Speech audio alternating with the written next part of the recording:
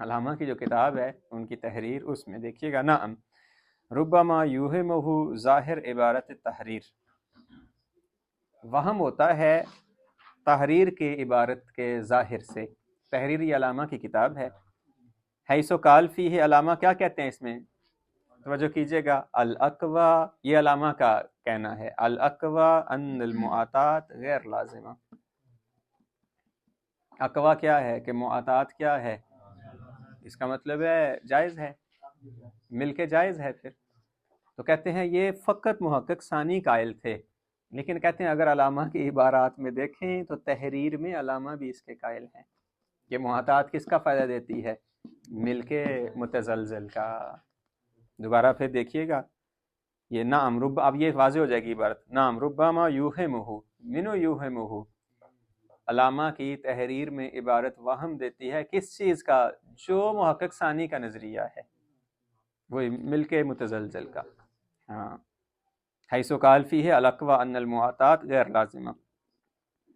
بل دیکھیں آگے دیکھیں، بل لکل منہما، لکل منہما یعنی متعاطیین، دو میں سے ہر ایک جو ہیں کیا کریں گے، فسخ المعاوضہ، ان کے لیے اختیار ہے معاوضہ، مل کے جائز ہو گیا نا، پھر یہ معاوضے کو فسخ کرنا کیا ہے، جائز ہے ان کے لیے۔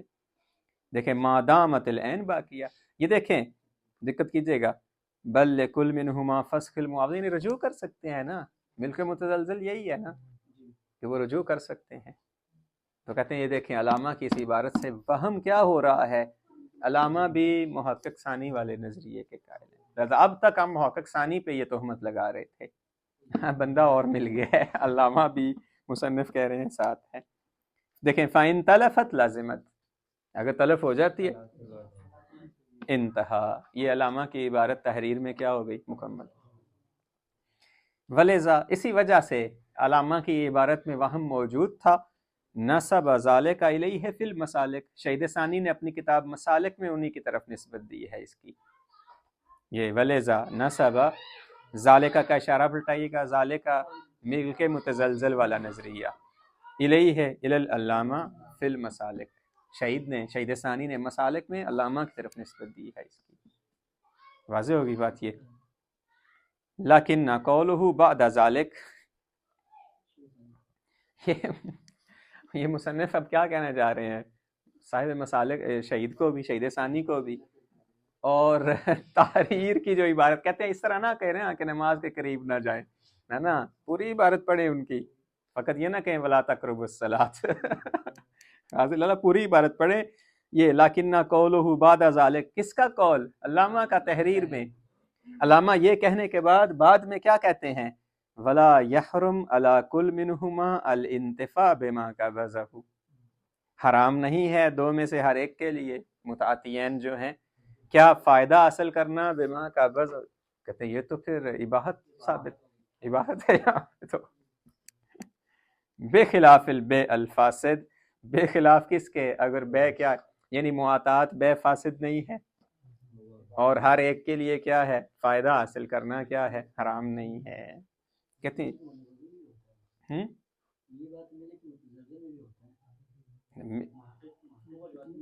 ہاں انہوں نے کیا کہا ہے، ولا یحرم علی کل منہما الانتفاع، بس الانتفاع، وہ محقق کیا کہہ رہے ہیں، ملک ہے ساتھ، تو یہاں مصنف کیا کہتے ہیں، کہتے ہیں ظاہر فی ان مرادہ مجرد الانتفاع،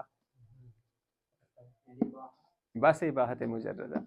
اب علامہ کی عبارت میں دو عبارتیں ہیں تحریر میں، اوپر والی عبارت پڑھیں تو ایسے لگتا ہے جیسے مل کے متزلزل ہے، نیچے والی عبارت پڑھیں تو مصنف کہہ رہے ہیں ظاہر ایسے ہوتا ہے کہ، کہتے ہیں کیوں کہنے کی ضرورت نہیں تھی نا یہ بعد میں، آگے تعلیل اس کی پیش کر رہے ہیں، کہتے ہیں اگر اوپر والی عبارت سے مل کے متزلزل ثابت ہو رہی ہے تو اس کا لازمہ اباحت ہے، دوبارہ کہنے کی ضرورت نہیں تھی، یہ از لا معنی لحاظ العبارہ بعد الحکم بالملک، اگر اوپر وہ ملک کا حکم لگا چکے تھے دوبارہ یہ کہنے کی ضرورت نہیں تھی،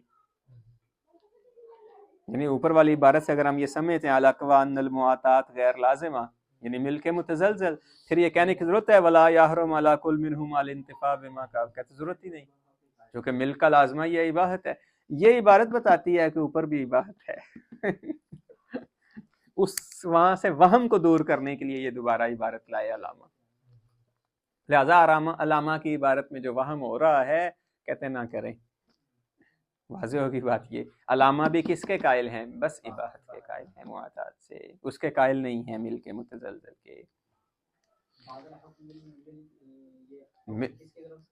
علامہ کی طرف سے یعنی اگر آپ اوپر والی ان کی الاقوا ان المعاطات غیر لازمہ سے ملک سمجھ رہے ہیں تو پھر دوبارہ یہ کہنے کی ضرورت نہیں تھی. یہ دوبارہ کہنا یہ دلیل ہے کہ وہاں ملک مراد نہیں ہے، ان کی اباحت مراد ہے. کیوں؟ جب انہوں نے کہہ دیا ملک تو ملک کا لازمہ اباحت ہے. بات واضح ہو گئی ہے. اب مصنف کیا کرنے جا رہے ہیں؟ مصنف نے اصل کیا کیا دیکھیں، ہم ممبر پہ کس کی طرف سے ہیں؟ علامہ کی طرف سے. علامہ کی ایک عبارت ہے، اس میں سمجھ نہیں آ رہی. پہلے ہم نے اوپر دیکھا تو سمجھ یہ آئی کہ یہ ملک متزلزل ہے، اور اس میں بڑی شدت سے عبارتیں ہیں. دیکھیں پہلے کیا ہے؟ الاقوا ان المعاطات غیر لازمہ، یہ دیکھیں صراحتاً ہے یہ. پھر کیا؟ بل لکل منہما فسخ المعاوضہ. یہ فسخ کہاں ہوتا ہے؟ فسخ المعاوضہ جہاں ملک ہو. اگر ملک نہیں تو فسخ کیسا؟ یہ ان کا یہ عبارت کہہ رہی ہے فسخ المعاوضہ والی. کہتے ہیں یہ علامہ کی اتنی گاڑی عبارتوں کا کیا کریں گے، ان کی تعویل کرنے جا رہے ہیں ابھی. واضح ہے اگر آپ نے ان کو حمل کرنا ہے اباحت پہ تو ان کی تعویل کریں. پھر جو اتنی وہ سخت عبارتیں لائیں، الاقوا ان المعاطات غیر لازمہ، یعنی معاطات بے ہے لیکن لازم نہیں ہے. پھر جب بے ہے لازم نہیں ہے تو فسخ کا حق ہے، اس کا مطلب ہے بے ہے تو فسخ کا حق ہے. پھر آپ کیسے بعد میں مصنف اپنے اوپر اصل میں یہ دخل کو دفع کرنے جا رہے ہیں. یہ پھر میں نے کیوں کہہ دیا آخر میں کہ یہ ان سے مراد یہ کیا ہے، وہ ان کی ہاں آ جائیں دیکھیں. اما قولہ والاقوا، بہرحال جو علامہ کا جو قول ہے اقوا، اب سمجھ آ گئی ہے. اقوا کہاں کا علامہ نے؟ یہ الاقوا ان المعاطات غیر لازمہ. دقت کیجیے گا کیسی تعویل کر رہے ہیں. یہی ہوتا ہے، اس وقت کام ہوتے نہیں تھے ان کو، بیٹھ کے پڑھنا پڑھانا ہوتا تھا، بیٹھ کے سوچتے رہتے تھے. دیکھیں کیا کہتے ہیں، فہوا اشارۃ الی خلاف المفید. ہاں یہ مفید کو رد کرنے کے لیے کہا. مفید نے کیا کہا ہے؟ تو نے کہا الاقوا ان المعاطات غیر لازمہ، نہ کہ یہاں یہ مراد تھی ان کی کہ یہ غیر لازم نہیں مل کے متزلزل. اس وجہ سے اس پہ آپ اشکال نہیں کر سکتے. یہ فہو اشارۃ الی خلاف المفید والعامہ، یہ مفید اور عامہ کے خلاف کہا ہے انہوں نے. عامہ یعنی اہل سنت القائلین باللزوم، جو کس کے قائل تھے؟ لزوم کے. اب آگے دوسرے کہ چلے مان لیا کہ جی یہاں علامہ ان کو رد کرنے کے مورد میں تھے، مل کے متزلزل ثابت نہیں، نفی کے مورد میں تھے، اس بات کے مورد میں نہیں تھے. تو فسخ المعاوضہ کا کیا کریں گے؟ یہ فسخ المعاوضہ بتا رہا ہے کہ وہ نفی کے مورد میں نہیں تھے، اس بات میں تھے. کہتے ہیں نہیں یہاں جو مراد ہے نا فسخ المعاوضہ سے، یہ رجوع ہے، رجوع کل منہما. اباحت میں یہی ہوتا ہے، ہر ایک رجوع کر سکتا ہے. یہ واطلاق المعاوضہ علیہا، اس معاطات پہ معاوضہ کا اطلاق. دیکھیں بات یہاں پہ معاوضہ کہاں اطلاق ہوتا ہی نہیں الا بے میں. بے میں بس معاوضہ ہوتا ہے. کہتے ہیں یہ معاطات کو معاوضہ کہنا بے اعتبار ما قصدہ المتعاطیان، اس اعتبار سے ہے جو متعاطیان نے قصد کر رکھا ہے. متعاطیان نے کیا قصد کر رکھا ہے؟ معاوضہ کا، تملیک کا کر رکھا ہے نا، تو ان کو لحاظ کرتے ہوئے کہا ہے، نہ کہ شرعن یہ معاوضہ کہا ہے. معاوضہ شرعی نہیں ہے، معاوضہ عرفی ہے جو وہ قصد کیے ہوئے ہیں، یہ لحاظ رکھا ہوا ہے.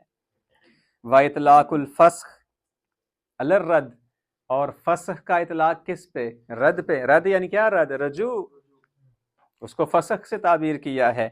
کہتے ہیں بحاظ الاعتبار ایزن، وہ اسی اعتبار سے ہے، وہ بھی یعنی متعاطیین کے قصد کے اعتبار، کیونکہ متعاطیین اس کو سمجھتے ہیں ملکیت، لہذا علامہ نے اس اعتبار سے کہا ہے کہ یہ دونوں کیا ہیں؟ فسخ کر سکتے ہیں، رجوع کا حق ہے، انہیں رد کر سکتے ہیں یہ اس کو. وقضا اللزوم، اسی طرح کیا ہے؟ لزوم دیا. یہ چونکہ لزوم سمجھتے ہیں اس وجہ سے کہا کہ یہ کیا ہے؟ لازم نہیں ہے، یعنی متعاطیین نے جو قصد کر رکھے ہیں وہ نہیں ہے. اس وجہ سے جائز ہے اس معاوضے کو یہ فسخ کریں. وائلا اگر یہ بے ہوتی تو انہیں معاوضہ فسخ کرنے کا حق نہ ہوتا جب لازم ہو چکی بے. چونکہ کہاں حق ہوتا ہے؟ بس خیار میں، یہاں خیار تو ہے نہیں. اس وجہ سے کہیں گے کہ یہاں جو علامہ کی مراد وہ ملک متزلزل شرعن نہیں ہے. بلکہ اباحت ہے علامہ کی مراد۔ یا دیکھیں دوبارہ پھر دیکھیں علامہ کے یہ جو عبارت اس میں 4 چیزیں وارد ہوئی ہیں۔ ایک اقوا، اس کی تعویل کر دی کہ یہ مفید کے رد کے مورد میں ہے۔ دوسرا معاوضہ، معاوضہ بے میں ہوتا ہے، کا یہ معاوضہ نظر کیے ہوئے ہیں متعاطیین کے اعتبار سے۔ تیسرا فسخ، وہ رد کے عوض میں، کہتے ہیں یہاں بھی متعاطیین کو نظر کیے ہوئے ہیں۔ اس اعتبار سے یہ جو انہوں نے لزوم کا قصد کر رکھا ہے اس میں یہ رجوع کر سکتے ہیں۔ کیوں؟ چونکہ ان کا لزوم شرعاً لزوم نہیں ہے۔ کیوں شرعاً لزوم نہیں ہے؟ چونکہ بس ان کے لیے انتفاع جائز ہے، اباحہ ہے فقط۔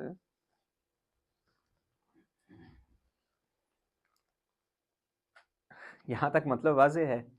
مصنف مطمئن نہیں ہوئے اپنے جوابوں سے، کہتے ہیں ممکن ہے کوئی کہے مولانا کیا کرتے ہیں، سیدھا سیدھا انہوں نے لکھا ہوا ہے، آپ تعویلیں کیے جا رہے ہیں کہ یہ یہاں سے مراد ان کی یہ ہے، یہاں سے مراد ان کی یہ ہے۔ کہتے ہیں نہیں، میرے پاس عبارت میں معید ہے اور علامہ کی ہی عبارت میں۔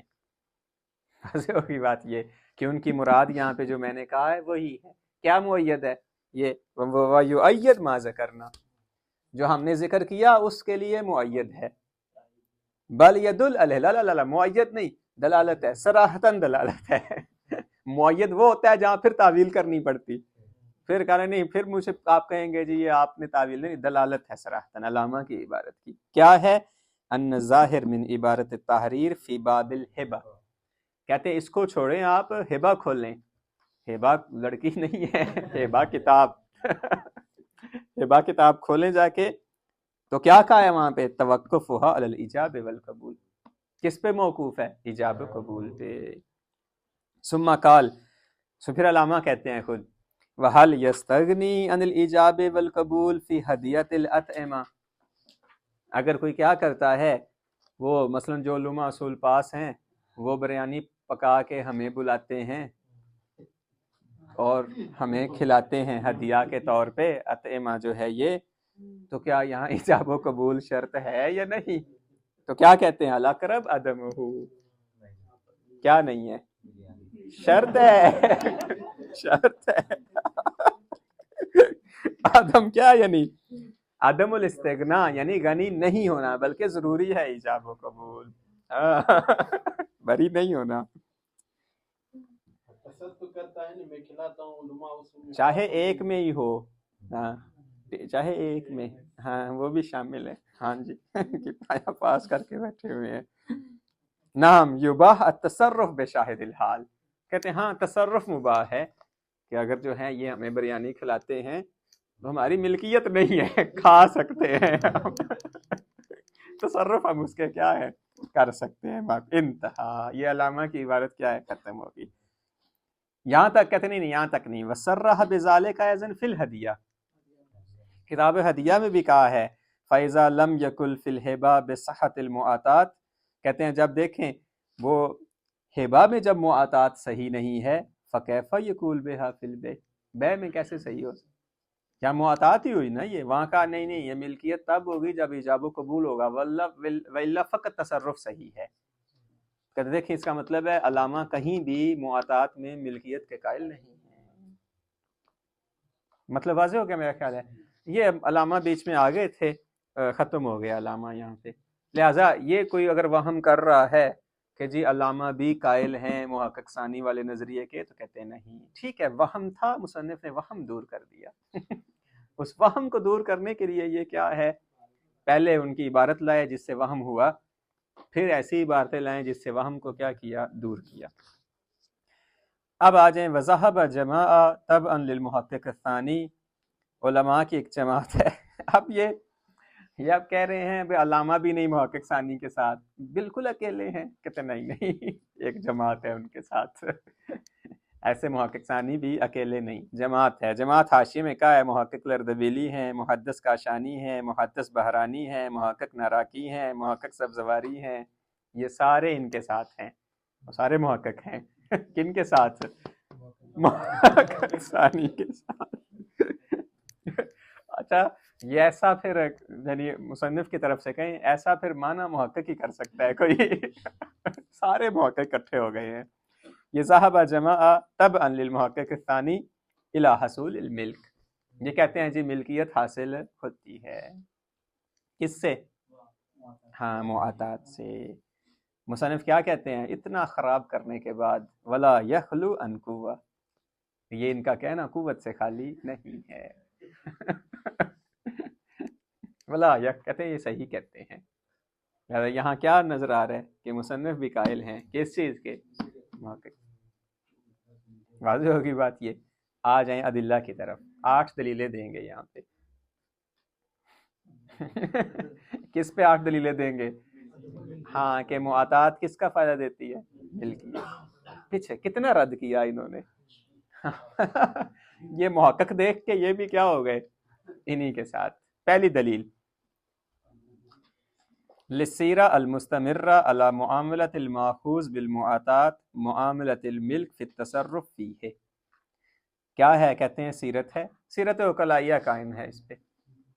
سیرت عقلائیہ کے یہ ویسے بھی طالب علم کو پتہ ہونا چاہیے 3 اساسی رکن ہیں اس کے شرعی طور پہ قبول کرنے کے۔ پہلا اس کا یہ ہے کہ زمن معصوم میں موجود ہو، زمن معصوم سے لے کے آج تک مستمر ہو، شارع نے رد نہ کیا ہو۔ اگر یہ 3 ارکان پورے ہیں تو کہیں یہ سیرت عقلائیہ حجت ہے۔ یہاں کہتے ہیں تینوں ارکان پورے ہیں اس کے۔ زمن معصوم میں لوگ ایسے کرتے تھے اور اس وقت سے لے کے آج تک یہ مستمر ہے، کوئی ایسا زمانہ نہیں آیا جہاں معاطات نہیں ہوئی اور لوگ اس پہ کیا ہیں آثار مترتب نہیں کرتے، شارع نے رد بھی نہیں کیا، لہذا کہتے ہیں یہ حجت ہے۔ یہ دیکھیے گا للسیرہ المستمرہ، سیرت ہے جو کیا ہے، دیکھیں یہاں للسیرہ زمن معصوم میں موجود ہے، المستمرہ یہ اس وقت سے لے کے آج تک موجود ہے۔ کس پر؟ دیکھیں یہ 2 ارکان ذکر کر دیے۔ کس پر؟ علی معاملہ، ایسے معاملہ پہ دیکھیں الماخوذ بالمعاطات، جس کو اخذ کس طرح کیا جاتا ہے؟ معاطات کے ذریعے۔ کیسے؟ معاملۃ الملک، کس اعتبار سے؟ دیکھیں فی التصرف فیہ، کہ اس میں اب آپ کہیں نہیں فقط یہ تو تصرفات عبادت نہیں، کہتے ہیں ملکیت والے تصرفات مراد ہیں، اس لیے امثلہ لا رہے ہیں۔ جیسے دیکھیں بالعتق، دیکھیں والبیع والوت والعیسیٰ وتوریثہ ہی، یہ سارے اور یہ جتنے آثار ہیں یہ کس پہ موقوف ہوتے ہیں؟ ملکیت پہ۔ پہلا دیکھ لیں عتق، عتق کب ہوتا ہے؟ لا عتق الا فی ملک، تو اس کا مطلب ہے اس وقت سے یہ لوگ آثار مترتب کرتے تھے معاطات کے ذریعے، تو یہ ملکیت کا فائدہ دیتی ہے۔ اس طرح دوسرا دے لیں بیع، وتی جیسے ہے وصیت کرنا ہے، جیسے واضح ہے بات، وتوریثہ اور کیا ہے؟ وراثت کے طور پہ مال کا کیا ہونا؟ تقسیم ہونا۔ میں نے ان سے معاطات کی ہے، میں کیوں مروں؟ کسی نے وہ مر گیا ہے بیچارہ، اس کا جو مال ہے جو کتاب بیچ کے اس نے اتفاق کے ذریعے حاصل کیا، وراثت میں تقسیم ہو جائے گا۔ تو یہ وراثت میں مال کون سا تقسیم ہوتا ہے؟ جس کے مالک ہوں آپ، جس کے مالک نہیں ہے فقط اباحت ہے، وہ سب تقسیم تو نہیں ہونا چاہیے۔ کہتے ہیں یہ کرتے ہیں اس طرح۔ وغیرہ ذالک من آثار الملک، اس کے علاوہ جو ہیں ملکیت کے آثار ہیں۔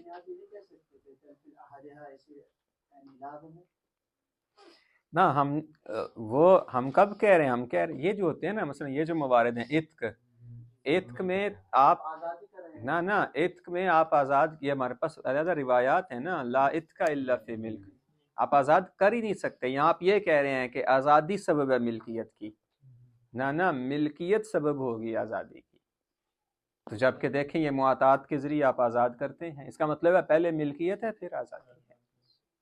ایسے اس میں وتی میں دیکھ لیں، جو وتی جاریہ کے ساتھ ہے وہ جائز نہیں ہے، الا کیا ہے؟ آپ کی ملکیت ہو۔ تو کہتے ہیں یہ معاطات کے ذریعے کیا ہے؟ وتی کرتے ہیں، اس کا مطلب ہے کہ یہ معاطات ملکیت کا فائدہ۔ سیرت مستمر ہے، اسی طرح جب سیرت مستمر ہے تو اس کا مطلب ہے یہ باقیوں کی نسبت آپ کہہ سکتے تھے یہ ان کے علاوہ کہ وہ کیا ہیں، جیسے ہی وہ تلف کرتے ہیں تو وہ لازم ہو جاتے ہیں، لیکن یہ اس وجہ سے یہ والی امثلہ لائے ہیں کہ جن میں تصرف ہی ملک پہ موقوف ہے، نہ کہ ملکیت تصرف کے ذریعے حاصل ہوتی ہے، یہاں تصرف ملک پہ موقوف ہے۔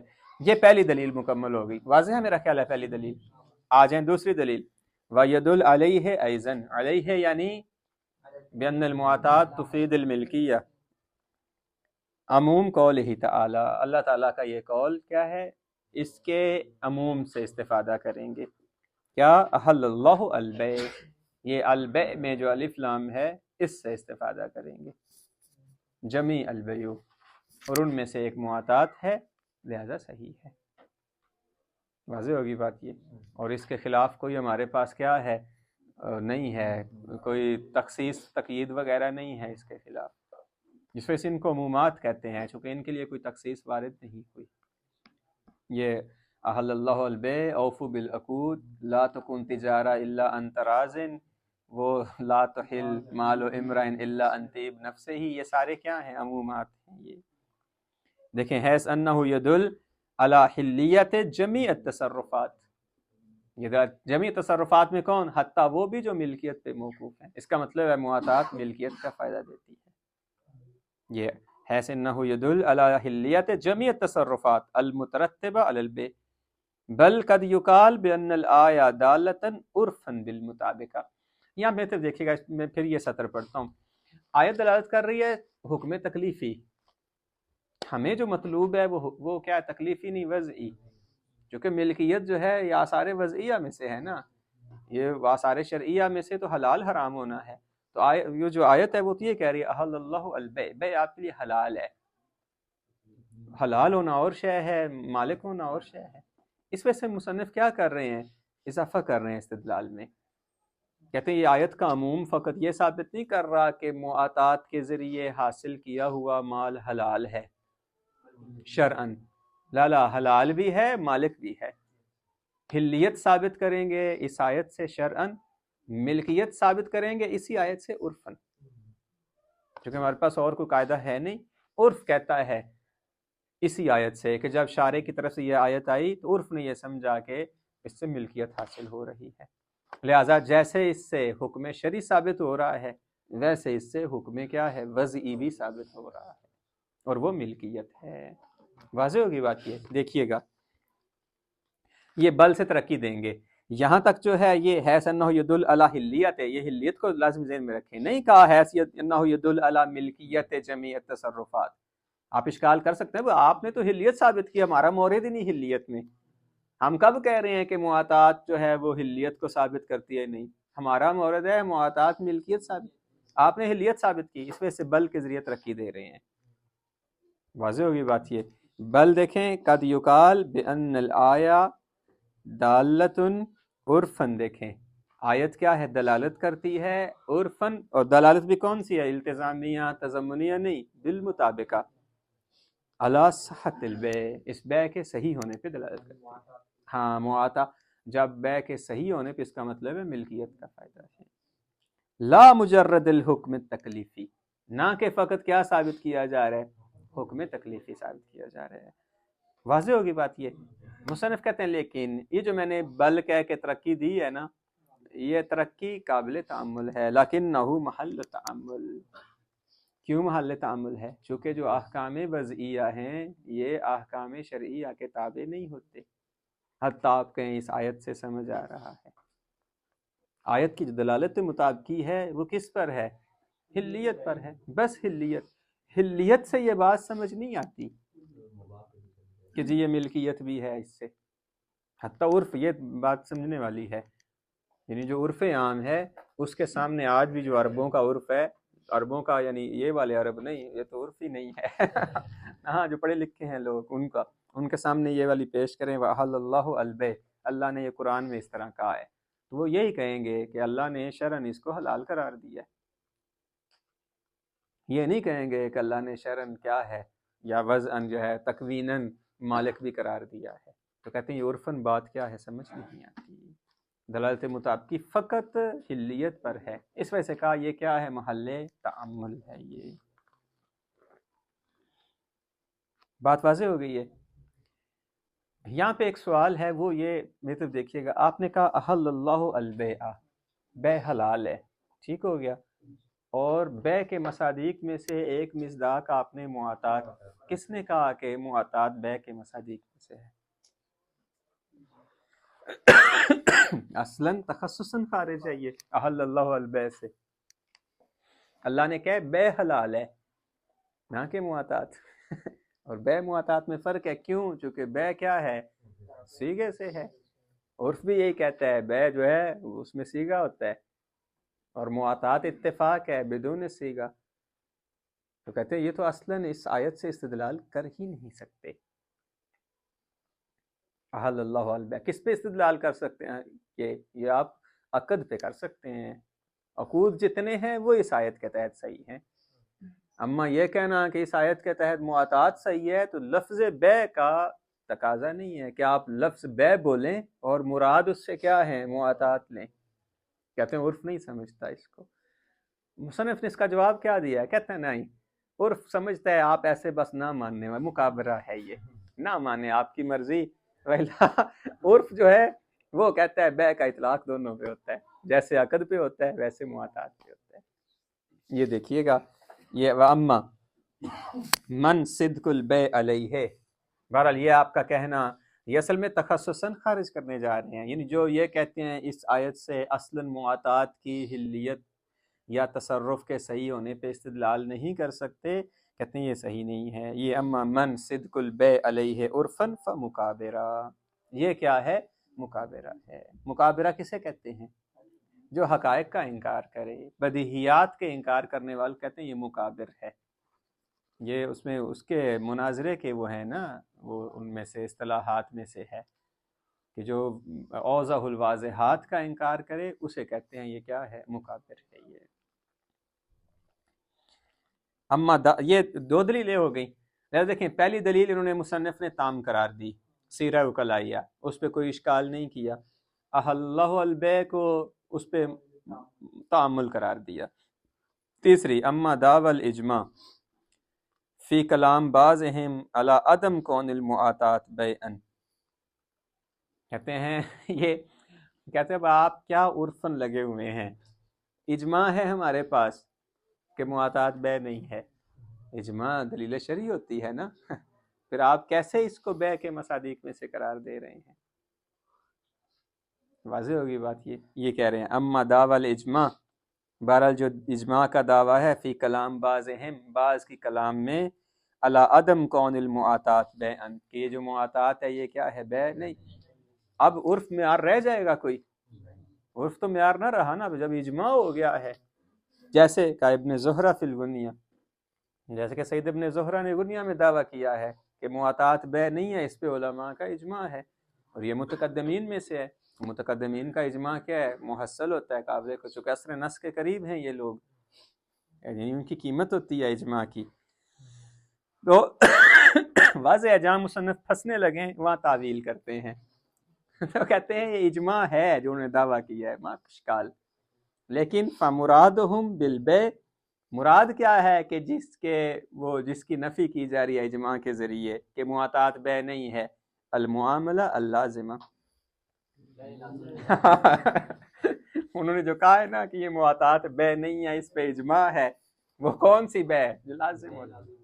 ہماری بات ہو رہی ہے لازم میں؟ نہیں، ہماری تو جائز میں ہو رہی ہے، لہٰذا یہ اجماع خلاف نہیں ہے ہمارے، لہٰذا معاطات کیا ہے؟ بیع کے مصادیق میں سے ہے۔ یہ کہہ رہے ہیں المعاملہ اللازمہ التی ہی احد العقود، جو کہ عقود میں سے ایک کیا ہے؟ عقد ہے۔ وَلِذَا صَرَّحَ فِي الْغُنِیَّہ، اسی وجہ سے غنیہ میں صراحتاً انہوں نے کہا ہے بِقَوْنِ الْإِجَابِ وَالْقَبُولِ مِنْ شَرَائِطِ صِحَّةِ الْبَیْعِ، کہ ایجاب اور قبول کیا ہیں؟ یہ بیع کے صحیح ہونے کی کیا ہیں؟ شرائط میں سے ہیں، اسی وجہ سے کہا ہے۔ واضح ہوگی بات؟ ہاں، کہ بیع کا لازم ہونا موقوف ہے کس پہ؟ صیغے پہ، اگر صیغہ نہیں ہوگا تو بیع کیا ہے؟ لازم نہیں ہوگی۔ بات واضح ہوگی یہ۔ وَدَعْوَى أَنَّ الْبَيْعَ الْفَاسِدَ عِنْدَهُمْ لَيْسَ بَيْعًا قَدْ عَرَفْتَ الْحَالَ فِيهَا، اور یہ دعویٰ کرنا کہ جو بیع فاسد ہے ان کے نزدیک یہ بیع نہیں ہے، یہ اس کے ذمہ میں اس کو پہلے سمجھا دوں، چلیں پھر یہ سطر دوبارہ پڑھ دیتا ہوں۔ انہوں نے کیا کہا؟ سید ابن زہرہ نے کہا جی بیع کے صحیح ہونے کی شرائط میں سے یہ ہے کہ اگر ایجاب قبول نہیں تو بیع صحیح نہیں، جب صحیح نہیں تو فاسد ہے۔ واضح ہوگی بات یہ۔ تو کہتے ہیں اس کا مطلب ہے یہ جو معاطات بیع ہے تو پھر بیع فاسد ہوئی نا، مل کے جائز تو نہ ہوئی۔ واضح ہوگی بات یہ، اس کو رد کرنے جا رہے ہیں۔ کیا رد کرنے جا رہے ہیں؟ یہ وَدَعْوَى أَنَّ الْبَيْعَ الْفَاسِدَ عِنْدَهُمْ لَيْسَ بَيْعًا، یہ کہنا کہ بیع فاسد ان کے نزدیک بیع نہیں ہوتی، قد عرفت الحال فیہا، اس کا حال آپ جان چکے ہیں۔ کہاں پہ؟ جہاں ہم نے پیچھے بحث کی ہے عام اور صحیح میں، کہ یہ جو الفاظ عبادات اور معاملات ہیں ان کو وضع عام کے لیے کیا گیا ہے، صحیح کے لیے، وہاں ہم نے نظریہ اختیار کیا تھا عام کے لیے، لہٰذا یہ کہیں گے کہ اس کو معطات کو بے کیا ہے کہا جا سکتا ہے، چاہے ان کے نزدیک فاسد ہے۔ فساد کا معنی کیا کریں گے؟ لازم نہیں ہے، اس وجہ سے کہیں گے اسے کیا ہے، وہ بے کہا جا سکتا ہے۔ یہ ابھی تک ہم نے دو دلیلیں ذکر کی نا، تیسری کی طرف آ جائیں۔ وَمِمَّا ذَكَرَ يَظْهُرُ وَجْهُ التَّمَسُّكِ بِقَوْلِهِ، کہتے ہیں جو مما ذکر، ذکر نہیں پڑھیں گے، یعنی جو ہم نے دلیل ذکر کی ہے کس کے ذریعے ذکر کی ہے؟ یہ احل اللہ البیع کے ذریعے، جو ہم نے احل اللہ البیع کے ذریعے معطات کا ملک متزلزل ہونا ثابت کیا ہے، اس سے کیا ثابت ہوتا ہے؟ وجہ التمسک بقولہ الا ان تکون تجارتا عن تراض۔ یہ وہ شروع کا مقطع نہیں ذکر کیا نا انہوں نے، لا تاکلوا اموالکم بینکم بالباطل الا ان تکون تجارتا عن تراض، کہ تم آپس میں مال نہ کھاؤ، حرام ہے تمہارے لیے کھانا، الا کب کھا سکتے ہو؟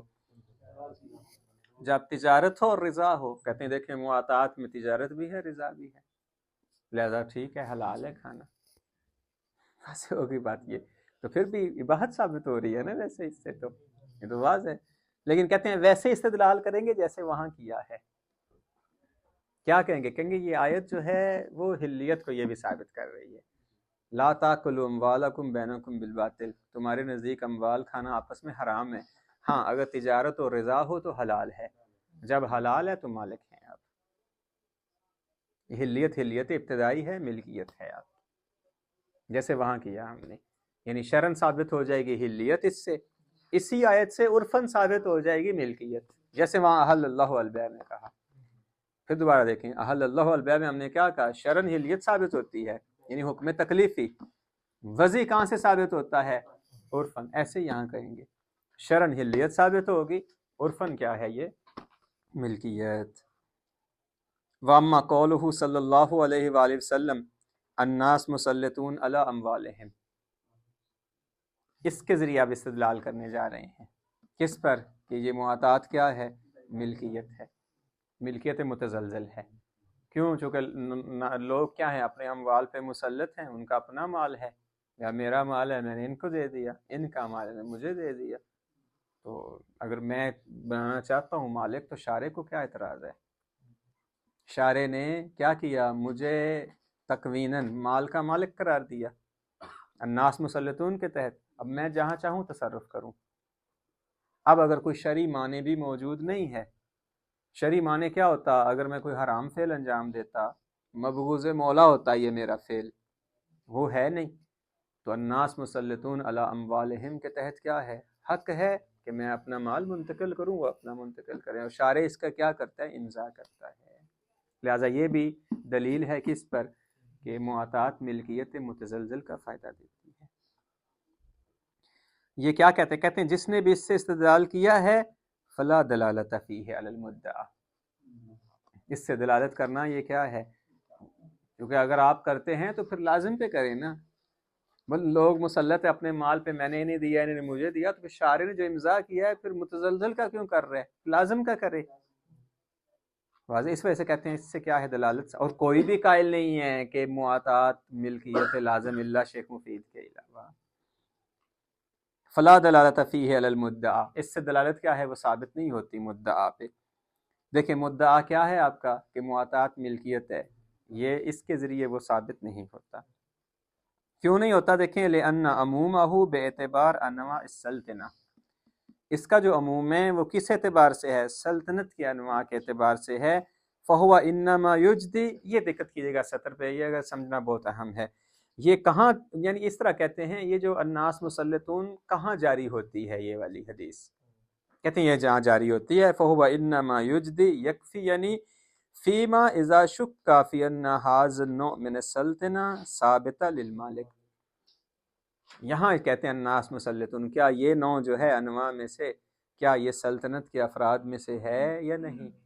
اگر شک ہو جائے تو کہیں گے الناس مسلطون علی اموالہم۔ جی مثلا مجھے شک ہو گیا ہے کہ مثلا یہ کتاب ہے، واضح ہوگی بات، کیا اس کتاب میں مجھے سلطنت کا حق ہے یا نہیں کہ میں اسے بیچ سکوں؟ تو کہیں گے الناس مسلطون علی اموالہم، یہ کرسی ہے، کیا مجھے حق ہے اس کو بیچ سکوں؟ الناس مسلطون علی اموالہم، یعنی جو چیزیں آپ کے تحت تصرف ہیں، یعنی پہلے سے مالک ہیں آپ. واضح ہے؟ ہاں، قایت الید کی طرح، جیسے وہ آپ مالک ہیں پہلے ہی. پھر یہ ہوتا ہے، پھر شک ہو جاتا ہے کہ میں اس شے کا جو مالک ہوں، کیا میں اسے آگے منتقل کر سکتا ہوں یا نہیں؟ کہیں گے الناس مسلطون علی اموالہم، حق ہے انہیں نقل کریں، کسی سے اجازت لینے کی ضرورت نہیں ہے. ہم کیا ثابت کرنا چاہتے ہیں؟ ہم اصل ملکیت ثابت کرنا چاہتے ہیں، نہ کہ ملکیت کے بعد اس میں تصرف ثابت کرنا چاہتے ہیں. یہ دیکھیے گا، دوبارہ وہیں سے پڑھ رہا ہوں تاکہ یہ سطر سمجھے گا. فَهُوَ إِنَّمَا يُجْدِي فِيمَا، دیکھیں اِذَا شُكَّ فِي أَنَّ هَذَا النَّوْعَ مِنَ السَّلْطَنَةِ، دیکھیں ثابتہ للمالک، دیکھیں وَمَاضِيَ شَرْعًا فِي حَقِّهِ أَمْ لَا، یہ جو ملکیت ہے اس کی کیا شرعاً اس کے حق میں یہ ثابت ہے، شرعی بھی مالک ہے یا نہیں ہے. اما اذا قطعنا، دیکھیں بأن سلطنہ خاصہ، اگر ہمیں یقین ہو جائے کہ یہ سلطنت خاصہ ہے، کا تملیک مالہ للغیر نافذہ فی حق کے ہی ماضی شرعاً، وہ مالک غیر کو بناتا ہے، نافذ ہے اس کے حق میں، ماضی ہے شرعاً.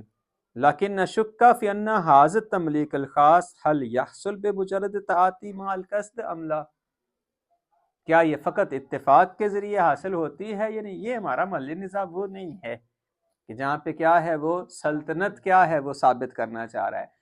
ہمارا یہ ہے کہ سلطنت نہیں ثابت کرنا چاہ رہا اپنے لیے، غیر کے لیے مالک بنانا چاہتا ہے، سلطنت ثابت ہے اس کی. تو کیا یہ ہو سکتا ہے؟ الناس کہتے ہیں الناس اس پہ دلالت نہیں کرتی. واضح ہوگی بات. اور پھر دوبارہ دیکھیے گا، ایک دفعہ یہ مجھے یہ شک ہے کہ یہ کتاب میری ہے ملکیت میں کہ میں اسے آگے نقل کروں، تو یہ الناس مسلطون ہے. ہمارا یہ مورد نہیں ہے، ہمارا مورد یہ ہے کہ ملکیت ہونے میں کوئی شک نہیں ہے. یہاں پہ ہمارا مورد یہ ہے کہ یہ ملکیت جو میری ہے کیا بغیر لفظ کے آگے منتقل کر سکتا ہوں یا نہیں. تو الناس مسلطون ملکیت کو ثابت کرتی ہے، واضح، اس ملکیت کو نقل کرنے کی کیفیت کو بیان نہیں کرتی، نہ ثابت کرتی ہے. ہمارا نزاع یہ ہے کہ ملکیت کو کس کیفیت سے آگے نقل کیا جائے، سیغے کے ساتھ یا بغیر سیغے کے.